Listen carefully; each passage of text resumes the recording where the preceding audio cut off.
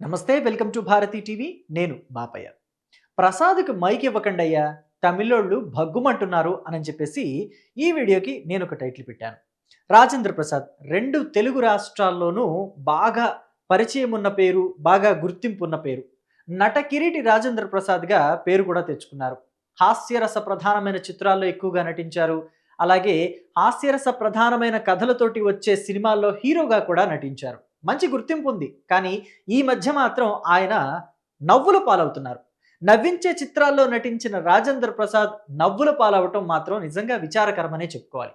ఆయన చేస్తున్న వ్యాఖ్యలు, వివిధ వేదికల మీద ఆయన చేసిన సంచలనమైన వ్యాఖ్యలు ఆయన్ని ప్రజల్లో ఆలోచింపజేసేలాగా చేస్తున్నాయి. ఆయన గురించి ఎందుకు ఇలా అయిపోతున్నాడు రాజేంద్ర ప్రసాద్, ఎందుకు ఇలాంటి మాటలు మాట్లాడుతున్నాడు రాజేంద్ర ప్రసాద్ అని చెప్పేసి 10 మంది కూడా చర్చించుకునేలాగా, ఆలోచించుకునేలాగా ఆయన బిహేవియర్ ఉంటుంది ఈ మధ్య కాలంలోనే. అంతకుముందు చాలా బాగా మాట్లాడేవారు. చాలా సందర్భోచితంగా మాట్లాడుతూ నలుగురిని నవ్విస్తూ తాను నవ్వుతూ ఉండేవారు.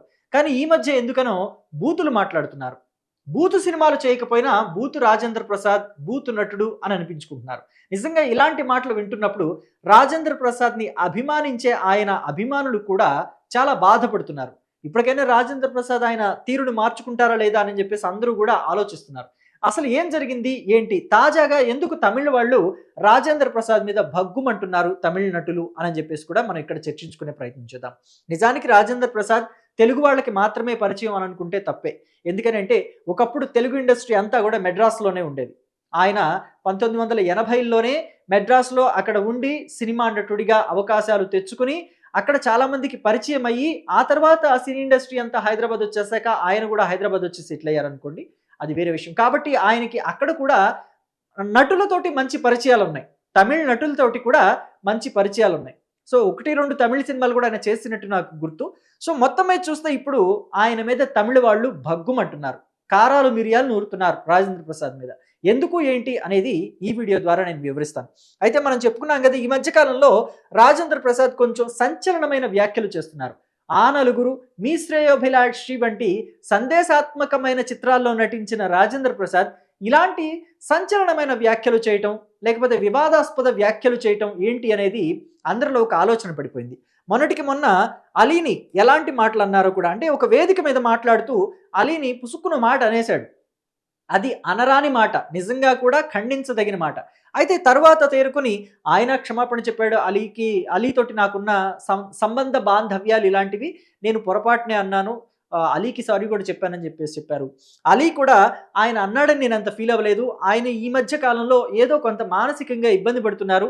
సో దానిలోంచి బయటికి రావాలనే తపనలో ఆయన నలుగురిని నవ్వించి ఆయన కూడా నవ్వుతూ ఉండాలనే ఉద్దేశంతోటి ఆయన మాట్లాడుతూ పొరపాటున చేసిన వ్యాఖ్యలు ఇవి అని చెప్పేసి అలీ కూడా సర్దుకుని తర్వాత మాట్లాడి మీడియా ఎదుట హుందాతనాన్ని నిరూపించుకున్నారు అలీ కూడా. సో ఇక ఆ తర్వాత మురళీమోహన్‌తో కూడా ఆయనకి ఒక రకమైనటువంటి అనుబంధం ఉంది. అయితే అయినప్పటికీ కూడా మురళీమోహన్‌ని కూడా ఒక స్టేజ్ మీద తుంచేసి మాట్లాడారు. అలీని మాట్లాడినట్టు బూతు మాటలో లేకపోతే వేరే వేరే మాటలు మాట్లాడలేదు గానీ, పెద్దవాడు అనే గౌరవ వాచకాలు వాడకుండా కొంచెం తగ్గించి మాట్లాడారు. ఆ మర్యాద ఇవ్వలేదని చెప్పేసి కొంతమంది అభిప్రాయపడ్డారు మురళీమోహన్ విషయంలో. సో అయితే రోజా విషయంలో కూడా అలాగే మాట్లాడారు. ఒకానొక సందర్భంలో కృష్ణారెడ్డి పుట్టినరోజు వేడుకలు జరుగుతున్నాయి. స్టేజ్ మీద అందరూ కూడా కృష్ణారెడ్డిని ఉద్దేశించి మాట్లాడుతున్నారు. రాజేంద్ర ప్రసాద్‌కి మాట్లాడే అవకాశం వచ్చింది. ఆ టైంలో నటీనటులంతా కూడా, అంటే కృష్ణారెడ్డి సినిమాల్లో నటించిన నటీనటులను అందరినీ కూడా కృష్ణారెడ్డి ఆహ్వానించారు ఆ వేడుకకి. సో ఆ క్రమంలో అందరూ వచ్చి ఒకళ్ళనొకళ్ళు పలకరించుకుంటున్నారు.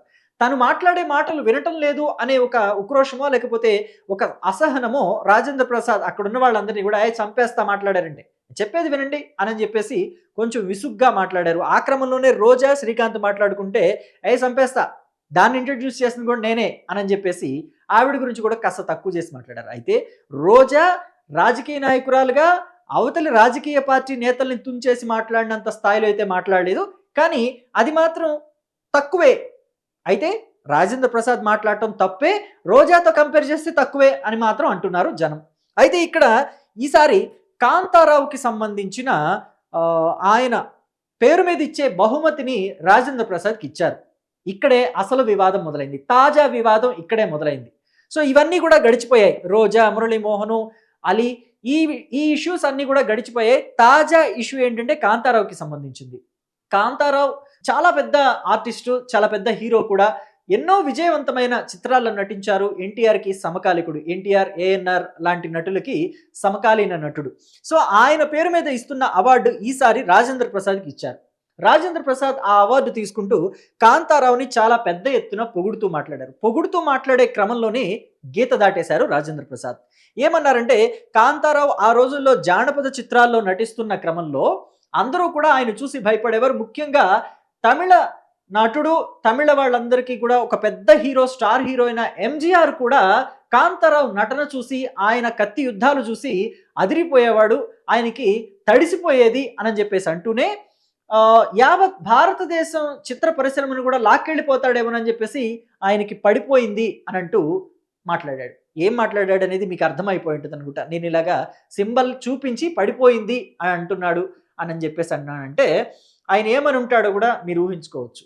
సో, ఇక తమిళ నటులకి నిజంగా ఆరాధ్య దైవం. వాళ్ళకి ముఖ్యమంత్రిగా కూడా పనిచేశారు తమిళనాడుకి ఎంజీఆర్. మరి అలాంటి వ్యక్తిని తుంచేసి మాట్లాడి, తక్కువ చేసి మాట్లాడి, ఆయనకి నటన రాదు అన్నట్టు, కాంతారావు మాత్రం నటించలేకపోయారు ఆయన అన్నట్టుగా మాట్లాడారంటే ఖచ్చితంగా తమిళ వాళ్ళందరూ కూడా ఆగ్రహావేశాలను వ్యక్తం చేస్తారు. ఇప్పుడు తమిళనాడుకు చెందిన నటీనటులు కూడా అదే రకమైన ఆగ్రహావేశాలను వ్యక్తం చేస్తున్నారు. ఎంజీఆర్కి సంబంధించి రాజేంద్ర ప్రసాద్ చేసిన వ్యాఖ్యల్ని వెంటనే ఉపసంహరించుకోవాలని, ఆయన సమయం సందర్భం లేకుండా ఎలాంటి వ్యాఖ్యలు పడితే అలాంటి వ్యాఖ్యలు చేయడం సరికాదని చెప్పేసి విశాల్ లాంటి నటుడు వ్యాఖ్యానించారు.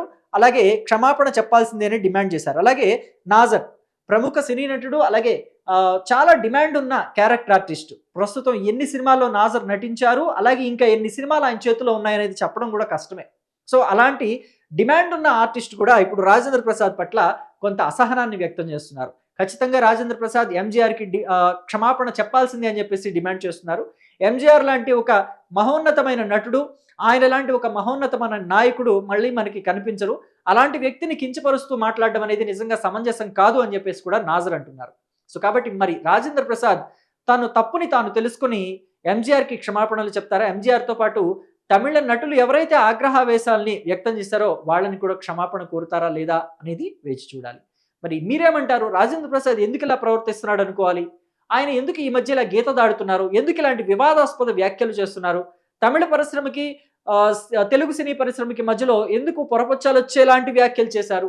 ఎంజీఆర్ లాంటి నటుడిని కించపరుస్తూ మాట్లాడితే ఎలాంటి వివాదాలను ఎదుర్కోవాల్సి ఉంటుంది, లేకపోతే ఎలాంటి కాన్సిక్వెన్సెస్ ఫేస్ చేయాల్సి ఉంటుంది అనేది రాజేంద్ర ప్రసాద్ అర్థం చేసుకోలేకపోయాడంటారా? మీ అభిప్రాయాన్ని కమెంట్ బాక్స్లో చెప్పండి. Thank you.